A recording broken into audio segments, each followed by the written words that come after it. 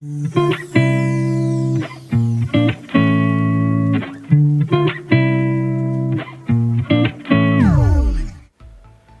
Number 1 है हमारे पास। सबसे पहले देखिए कि प्रश्न संख्या हमारे पास 1 से 4 है। प्रत्येक प्रश्न में हमारे पास 4 चित्र दिए गए हैं। इन चित्रों में से 3 चित्र किसी विधि से एक समान है, जबकि एक चित्र हमारे पास भिन्न है। अन्य से भिन्न चित्र का चयन करें। अपने उत्तर को दर्शाने के लिए ओमाक उत्तर पुस्तिका में प्रश्न के संगत संख्या के सामने वृत्त को काला करें। तो खंड नंबर 1 है हमारे पास, जिसमें कहते हैं कि आप इनमें सभी से भिन्न आकृति को निकालिए। तो सबसे पहले हमारे पास PQRS दिखाई दे रहा है सभी के अंदर। क्वेश्चन नंबर 1 नंबर की बात करें हम, तो वहाँ पे हमें क्या है, PQRS जो है हमें दिखाई दे रहा है सभी के अंदर। लेकिन अब हमने एक जो चीज़ सीखी है प्रश्न को हल करने के लिए, वो चीज़ सीखी है कि सबसे पहले हम क्या करेंगे, प्रत्येक जो अंक है उसको नंबर देंगे। जैसे कि मैं क्या कहना चाहता हूँ यहाँ पे, देखिए पहले बताती हूँ कि यदि मैं क्या करूँ, P को 1 नंबर दे दूँ, Q को 2 नंबर दे दूँ, R को 3 नंबर दे दूँ, S को 4 नंबर दे दूँ। ये मैंने नंबर दे दिए। आप अपनी मर्जी से कुछ भी नंबर दे सकते हो, आपकी जो इच्छा हो उस हिसाब से आप कर सकते हो इसको। फिर से देखिए, हमने क्या कहा था कि P को हम देंगे 1 नंबर नाम, Q को हम देंगे 2 नंबर नाम, R को हमने दिया 3 नंबर, फिर इसको दिया है 4 नंबर। यही तो हमने पीछे किया है। अब यही दोहराएंगे हम तीसरे के लिए भी कि भैया P के लिए हमने कहा 1, Q के लिए हमने कहा है 2, R के लिए 3 और S के लिए 4। अब फिर से वही दोहराएंगे कि P के लिए 1, Q के लिए 2, R के लिए 3 और S के लिए 4। अब हमें नंबर तो दे दिए, अब हम करेंगे क्या, अब हम कहेंगे कि 1 से 2 की तरफ बढ़ेंगे, 2 से 3 और 3 से 4 की तरफ। तो चलिए 1 से 2 की तरफ हम इस प्रकार से गए, 2 से 3 की तरफ हम इस प्रकार से गए, 3 से 4 की तरफ हम इस प्रकार से गए, फिर हमें जाना था तो हम इस प्रकार से गए ना, बिल्कुल इस प्रकार से घूमे। ये कौन सी दिशा है हमारे पास, घड़ी की सुई जिस दिशा में घूमती है, यानी कि घड़ी की दिशा में हम चले। अब 1 से 2 नंबर हम इधर गए, फिर यहाँ से यहाँ गए, यहाँ से यहाँ गए और यहाँ से यहाँ गए। अब की बार हम किधर की साइड में घूमे प्यारे विद्यार्थियों, अब की बार हम जो है वो घड़ी की विपरीत दिशा में घूमे हैं, है ना, घड़ी की विपरीत दिशा में घूमे हैं। अब फिर से इसी के अंदर बात करें तो हम इसमें भी इसी प्रकार से घूमे हैं। अब आपको जो है वो आसानी से समझ में आ गया होगा कि इसका आंसर कौन सा होगा। तो इसका आंसर होगा ऑप्शन नंबर 1। अब क्यों हुआ, क्योंकि ये जो है वो घड़ी की विपरीत दिशा में, इसलिए इसका आंसर हो गया क्वेश्चन नंबर 1। अब बढ़ते हैं हम अपने दूसरे क्वेश्चन की ओर। अब सबसे पहले हमने जब इसको क्वेश्चन को देखा तो हमें कौन कौन सी चीज़ें दिखाई दी। तो सबसे पहले हमें कुछ आकृतियाँ दिखाई दी और इसमें एक वृत्त और एक त्रिभुज हमें दिखाई दिया कि आप देखिए इसमें एक त्रिभुज है और 3 वृत्त है, 3 वृत्त है, एक त्रिभुज है, 3 वृत्त है, एक त्रिभुज है, यानी कि सभी में समान थे। तो हमने कहा क्या कहा कि जो वृत्त है वो सभी एक जैसे दिख रहे हैं। अब हम क्या करते हैं, इसको देखते हैं त्रिभुज को। तो यहाँ पे यहाँ से टच हुआ और एक यहाँ से टच हुआ, यानी कि वर्ग को त्रिभुज ने 2 बार स्पर्श किया, यानी कि 2 भुजाओं को स्पर्श किया। अब यहाँ से भी देखें तो हमारे पास प्राप्त हुआ कि 2 भुजाओं को स्पर्श किया। यहाँ पे भी हमने देखा तो 2 भुजाओं को स्पर्श किया, लेकिन यहाँ पे केवल 1 भुजा को स्पर्श किया है। तो इसलिए यह हमारे पास क्या हो गया, भिन्न हो गया, है ना। तो इस प्रकार से प्यारे विद्यार्थियों हम आसानी से इसको क्वेश्चन को कर सकते हैं। चलिए बढ़ते हैं नेक्स्ट क्वेश्चन की ओर। अब देखिए तीसरे नंबर का जो क्वेश्चन है वो हमसे क्या कहता है कि हमारे पास TIC, CTI और इस प्रकार से काफ़ी सारे नाम आ गए थे। अब इसको किस प्रकार से करेंगे, तो इसको थोड़ा सा ऊपर चले जाइए भैया। अब देखिए सबसे पहले हमारे पास कौन कौन से अक्षर आए वो देखिए। पहले में आया हमारे पास T, फिर आया I, फिर आया हमारे पास C। ठीक है, ये क्वेश्चन काफ़ी इम्पोर्टेंट है परीक्षा की दृष्टि से, क्योंकि ये 2021 में भी देखा गया है, 2020 में भी हमारे पास मिला था, यानी कि इस प्रकार का क्वेश्चन काफ़ी इम्पोर्टेंट है, आने की काफ़ी ज़्यादा चांसेस है। ध्यान से देखिए कि TIC है हमारे पास, फिर हमारे पास अगला आ गया C आया था, फिर हमारे पास T आया था और I आया था। अगले ऑप्शन में बात करें तो हमारे पास आया था T और C और एक अक्षर आया था E। ठीक है, अगले में बात करें तो हमारे पास आया था आई, टी और सी। ठीक है, अब देखिए जो तीसरा ऑप्शन है उसके अंदर जो है हमारे पास एक भिन्न आकृति आ रही है, यानी कि हमारे पास एक भिन्न अक्षर आ रहा है, तो हमने कह दिया कि इसका जो होगा तीसरा ऑप्शन हो गया सही। दूसरा तरीका करने का कि आप नंबर दे दीजिए, जैसे कि मैं कह दूं टी को 1 नंबर, आई को 2 नंबर और सी को 3 नंबर। अब इसी प्रकार से सभी को नंबर चेक आप करोगे तो आपको पता चलेगा कि भाई ई को तो कोई नंबर ही नहीं मिल रहा, तो इसलिए ये हमारे पास भिन्न हो गया। अगला क्वेश्चन देखिए प्यारे विद्यार्थियों कि इसमें हमारे पास वृत्त प्राप्त हुए, गुणा के निशान प्राप्त हुए, प्लस प्राप्त हुए और एक हमारे पास वर्ग प्राप्त हुआ। अब ऐसे हमें पता नहीं चला तो हमने क्या किया, इनको गिनना स्टार्ट किया। इधर से इधर को गिने तो हमारे पास 3 हुए, इनको आपस में गिना तो हमारे पास 3 हुई। ठीक है, अब इनको हमने गिना तो ये हमारे पास 4 हुई, इसको भी हमने जब प्यारे विद्यार्थी गिना तो ये भी हमारे पास 4 हुए। अब जब हमने इनको गिना तो ये हमारे पास 4 हुए, इनको जब हमने गिना तो ये हमारे पास 3 हो गए, इनको गिना तो हमारे पास 2 हो गए, इनको गिना तो हमारे पास 2 हो गए। यहाँ पे क्या हुआ कि 3 बराबर 3 है, यहाँ पे हमारे पास 4 बराबर 4 है, यहाँ पे हमारे पास 4 बराबर 3 नहीं हो सकते हैं और 2 बराबर 2 है। अब देखिए सभी के अंदर जो संख्याएं हैं वो बराबर है। ठीक है, सभी के अंदर संख्याएं बराबर है, तो इसलिए भिन्न कौन सा हो गया, ऑप्शन नंबर 3, क्योंकि इसमें जो है वो समान नहीं है आकृतियों की संख्या। तो प्यारे विद्यार्थियों इस प्रकार से हम इस प्रकार के क्वेश्चनों को हल कर सकते हैं, वो भी आसानी से। खंड नंबर 2 देखिए कि प्रश्न संख्या 5 से 8 हमारे पास क्वेश्चन दिए गए हैं। बाईं ओर एक प्रश्न चित्र दिया गया है, दाईं ओर हमारे पास 1 2 3 4 से चिन्हित 4 उत्तर चित्र दिए गए हैं। यहाँ हमारे पास देखिए 4 उत्तर चित्र हैं। उत्तर चित्रों से प्रश्न चित्र के समरूप चित्र को चुनें, यानी कि इसके जैसा का जैसा ही हमें चुनना है और वो मार्कशीट में उसको करना है। तो सबसे पहले देखिए 5वें नंबर क्वेश्चन को, तो इसमें हमारे पास सभी के अंदर देखोगे तो आप एक त्रिभुज है जो कि उल्टा है, इसके अंदर भी है, इसके अंदर भी है, सभी के अंदर बन रहा है। लेकिन अब आप देखिए कि इसमें कितनी आकृतियाँ हैं, टोटल हम देखें तो 1 2 3 4 5 और 6, लगभग 6 आकृतियाँ सभी के अंदर हैं।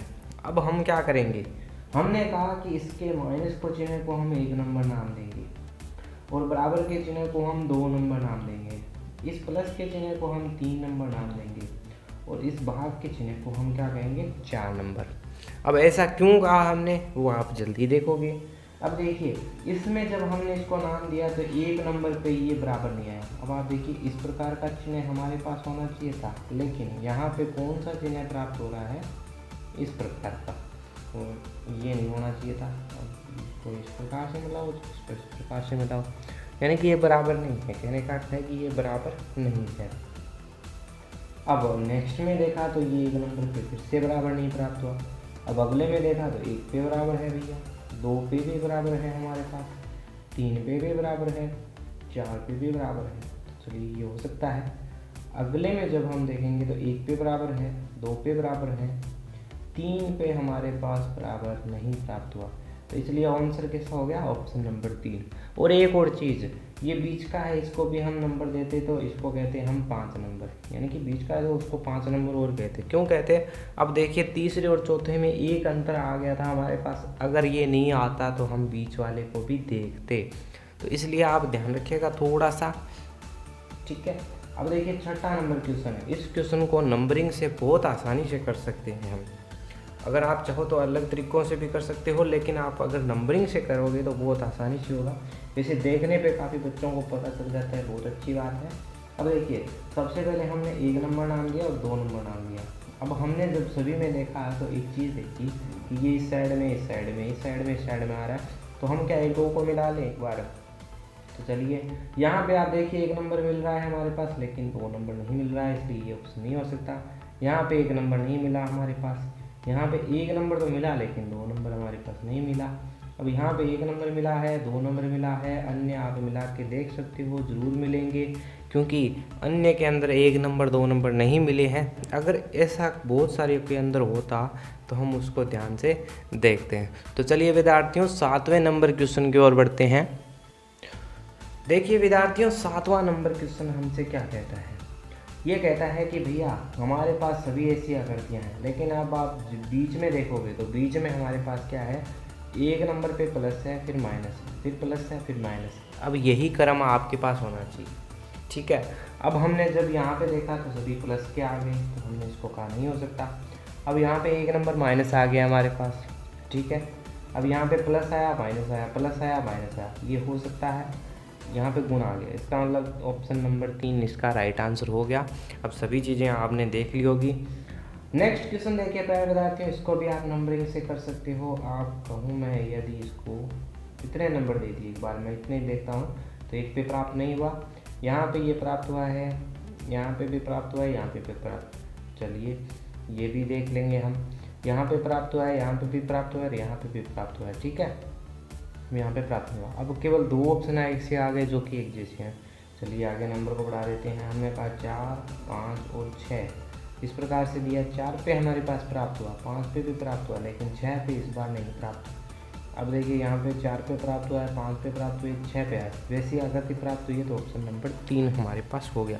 या एक चीज़ और आप क्या कह सकते हो कि इसको नंबर दे दो, जैसे कि 1, 2, 3 दे दिया, इसमें आपको 2 चीज़ें भिन्न दे दी, वो आप ढूंढ दो। तो आप कहोगे 2, 4 पे है, आपने यहाँ पे कहा 2, 4 पे है, लेकिन यहाँ पे कहा 2, 4 और 6 पे है, तो इसलिए 2, 4 पे केवल 2 इसमें है। या आप देखिए कि गुणा के निशान कितनी बार है, 2 बार, इसमें कितने बार, 3 बार, इसमें भी 3 बार है, इसमें केवल 2 बार है, इसमें 3 बार है, यानी कि ये ऑप्शन हो सकता है। यानी कि एक प्रश्न को करने के काफ़ी सारे तरीके हैं, आपको जो अच्छा लगता है उस तरीके से आप इस क्वेश्चन को आसानी से कर सकते हैं। चलिए ये तो हो गए भाग खंड नंबर 2 तक की बात। अब हम करते हैं खंड नंबर 3।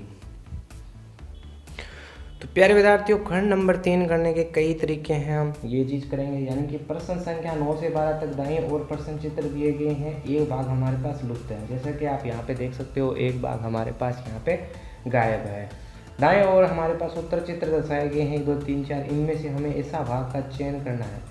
अब यहाँ पे देखिए साफ साफ लिखा हुआ है बिना दिशा में परिवर्तन किए हुए, यानी कि कोई भी चेंजेज दिशा के अंदर नहीं होना चाहिए। जैसा बॉक्स यहाँ पे फिट होगा वैसा ही बॉक्स आपको यहाँ से चयन करना है। इसको करने के लिए हमारे पास 2 तरीके हैं, वो कौन कौन से हैं वो अभी चलिए बताते हैं। सबसे पहले जब आप इसको ध्यान से देखोगे तो 1 नंबर 2 नंबर आकृति का क्या है, दर्पण प्रतिबिंब है।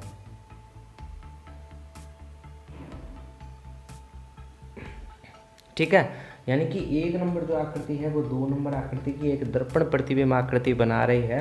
इसके अनुसार जो है वो 3 नंबर आकृति 4 नंबर की दर्पण प्रतिबिंब बनानी चाहिए। और आप जब देखोगे तो 1 नंबर आकृति जो है वो 3 नंबर के बराबर है, तो इसका अर्थ है कि 2 नंबर आकृति जो है वो 4 नंबर आकृति के समान होनी चाहिए। ठीक है प्यारे विद्यार्थियों, यानी कि ये चीज़ इसमें अगर प्राप्त हो रही है तो ये हमारे पास इसका आसानी से आंसर हो जाएगा। तो ठीक है, अब आप देखिए इस प्रकार से अगर आप करोगे तो यानी कि हमें इसके जैसे आकृति प्राप्त करनी है। तो यहाँ पे 2 है तो यहाँ पे हम इसको 2 कर देंगे, है ना। यहाँ पे इस प्रकार से तो इस प्रकार से कर देंगे, और ये हमारे पास आकृति इस प्रकार से प्राप्त होगी, जो कि हमारे पास ऑप्शन नंबर 2 में प्राप्त हो रही है। आप 3 में देखिए अलग प्राप्त हो रही है। यानी कि ये चीज़ हमने किससे सीखी, दर्पण से। अब आप इसमें नेक्स्ट क्वेश्चन देखिए 10वां, फिर आपको और अधिक समझ में आएगा। अब 10वां क्वेश्चन देखिए प्यारे विद्यार्थियों, इसमें भी हमें क्या प्राप्त चल रहा है कि 1 नंबर आकृति जो है वो 2 नंबर आकृति की दर्पण प्रतिबिंब है। अगर आप सही से देख पा रहे होंगे तो आपको पता चलेगा कि ये जो है वो दर्पण प्रतिबिंब है। इसीलिए दर्पण का जो है वो एक महत्वपूर्ण योगदान है, क्योंकि 4 क्वेश्चन तो आपके दर्पण से रिलेटेड आएंगे और इससे भी हो सकते हैं। ठीक है, अब यह इसका मतलब है कि जो 3 नंबर आकृति है वो भी हमारे पास 4 नंबर आकृति से दर्पण प्रतिबिंब बनाएगी। लेकिन अब की बार क्या चेंज हुआ है कि 1 नंबर और 3 नंबर भी आपस में दर्पण प्रतिबिंब बन चुके हैं। तो इसका मतलब है कि 2 नंबर 4 नंबर का दर्पण प्रतिबिंब बनेगी या इसकी दर्पण प्रतिबिंब बनेगी। तो इसको आप अगर दर्पण प्रतिबिंब बनाओगे तो इस प्रकार से ये जो है वो आपकी बन जाएगी, और यहाँ पे ये जो है वो इस प्रकार से बनेगा। ठीक है, ये हमारे पास एक पूर्ण आकृति हो गई। ऐसी आकृति हमें कहाँ प्राप्त हो रही है, तो ऑप्शन नंबर 3 के अंदर प्राप्त हो रही है। और एक चीज़ आप यहाँ पे देखोगे ध्यान से, तो ये चीज़ आपको बस गौर करनी है, यानी कि ये इसके बराबर है तो यहाँ पे इसके बराबर इस प्रकार से आएगा, जो कि केवल एक ऑप्शन के अंदर आ रहा है। अब 11वां क्वेश्चन को ध्यान से देखा तो हमने वही चीज़ की कि भाई 1 नंबर 2 नंबर की दर्पण प्रतिबिंब बना रही है। तो 3 नंबर 4 नंबर की दर्पण प्रतिबिंब बनानी चाहिए। लेकिन एक चीज़ है हमारे पास, अब यहाँ पे इसका दर्पण प्रतिबिंब बनाना काफ़ी मुश्किल है, तो हम क्या करेंगे। अब यहाँ पे देखिए कि एक हमारे पास वृत्त का ये भाग है, एक भाग ये भाग और एक भाग ये भाग है। यानी कि अगर हम क्या करें 1/4 भाग प्लस में 1/4 प्लस में 1/4 भाग और प्लस में 1/4 भाग, यानी कि अगर हम एक संख्या के 4 टुकड़े कर दें और उनको जोड़ें तो पूर्ण 1 भाग बनता है। इसका मतलब है कि हमारे पास यहाँ पे 3 भाग किसके हैं, वृत्त के हैं। अगर हम इसके 4 भाग कर देंगे तो पूरा वृत्त हमारे पास प्राप्त होगा। तो हम इसको अगर पूरा कर देते हैं तो हमारे पास क्या प्राप्त होता है, पूरा का पूरा एक वृत्त प्राप्त होता है।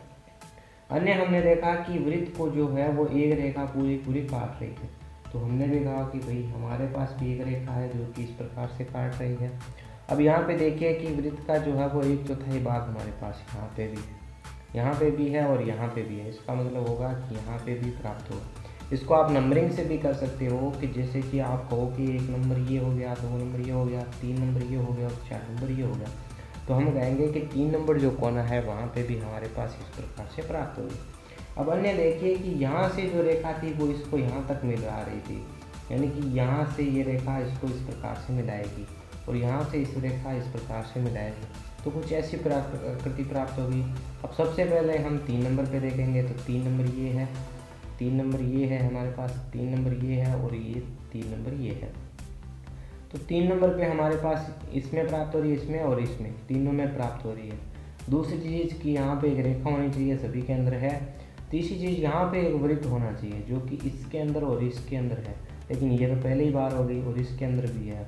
अब आप देखिए कि इसमें कितनी रेखाएँ थी। अगर हम एक भाग की बात करें तो इसमें आप देखिए 1 2 3 रेखाएँ थी, तो यहाँ पे देखिए कितनी रेखाएँ, 1 2 और 3 रेखाएँ। इसका मतलब है कि ये 4 नंबर आकृति हमारे पास इसका आंसर हो गया, क्योंकि यहाँ पे जहाँ रेखाएँ जो है वो कम है।